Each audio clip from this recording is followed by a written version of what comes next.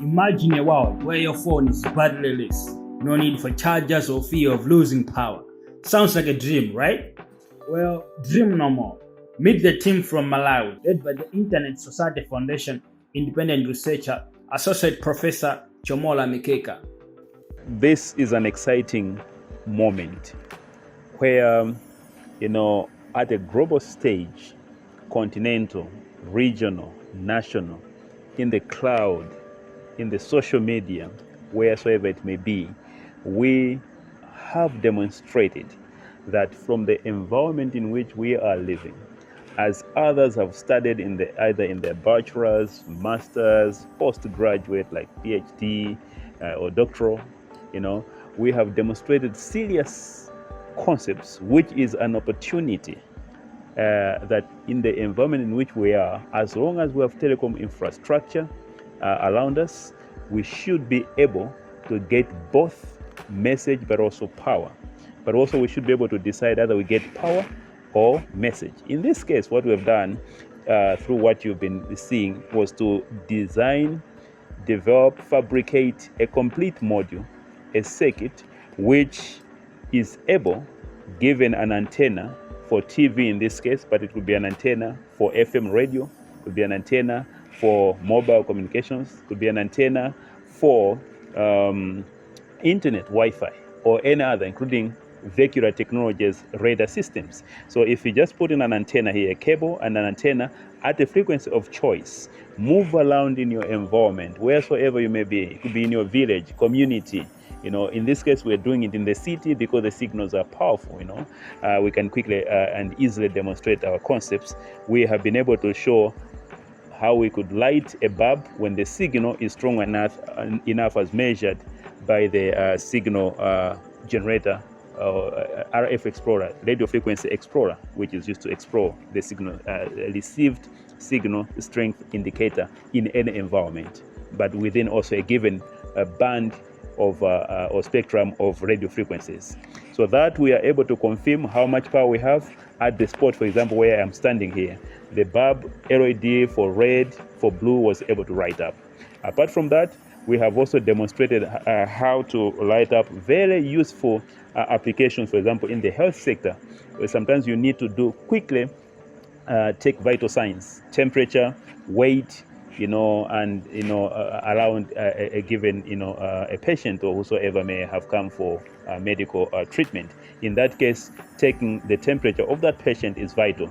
If the battery is weak in the thermometer, then definitely you wouldn't take measurements. In this system, if we connect this module to the thermometer, wheresoever the clinical assistant or the nurse is, they are able to quickly and without any worry, able to take the temperature of a patient, because we demonstrated that this was able to write. Of course, it was able to indicate low power or low battery, and then degrees Celsius, but also we were able to see and measure 39 degrees dropping to 37, depending on touching this.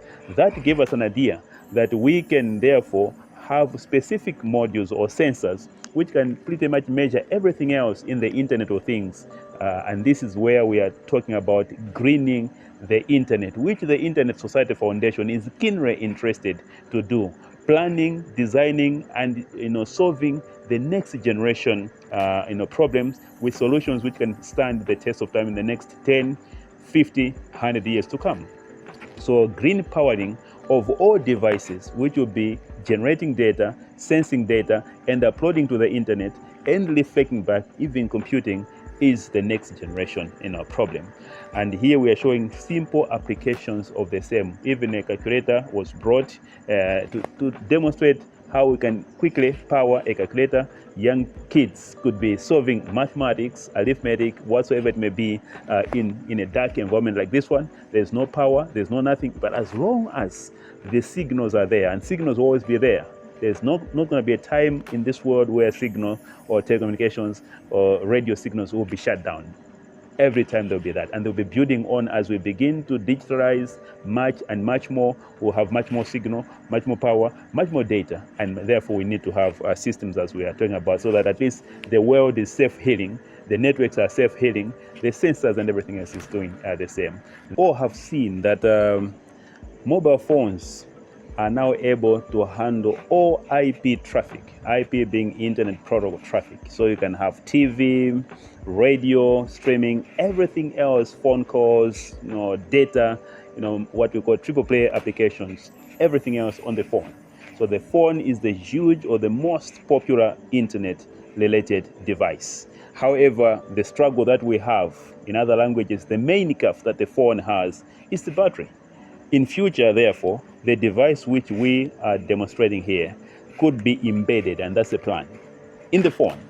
And therefore, as the phone receives its signal for communication, the data, on the signals that it is intended to receive, it will also be powered. So all what would be required to do is to charge your phone when you buy it once. The moment you have, topped up the battery, charged once, then the rest, as long as you are moving in where the phone is receiving its, signals for communication, it should also be able to power or top up the battery, that the battery doesn't drain or go to weak or low levels at all.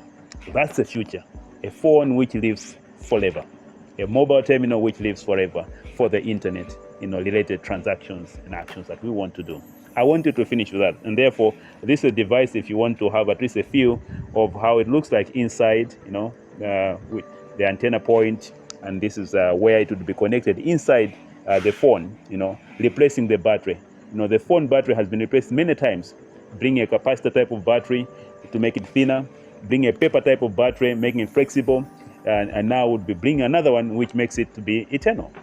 This is the theme, research theme for the Internet Society Foundation, and we are the researchers. I'm very happy and proud of my colleagues here at Thesaurus. Namir, just come, I want to, okay, and then also Hare Kudze, these are young, powerful, people, all of them, they have studied, physics and electronics with the University of Malawi. So this is the team. There is also Ame Twabi, who is in Japan, studying for his master's. So Ame Twabi in Japan, distributed networks, but also applications of Internet of Things, artificial intelligence, machine learning, and related aspects in Japan, Hiroshima University, and then on Thesaurus Namero, who is with the University of Malawi Physics and Electronics Department, doing exactly what we're doing about here, the engine room of the fabrications, the designs and everything else.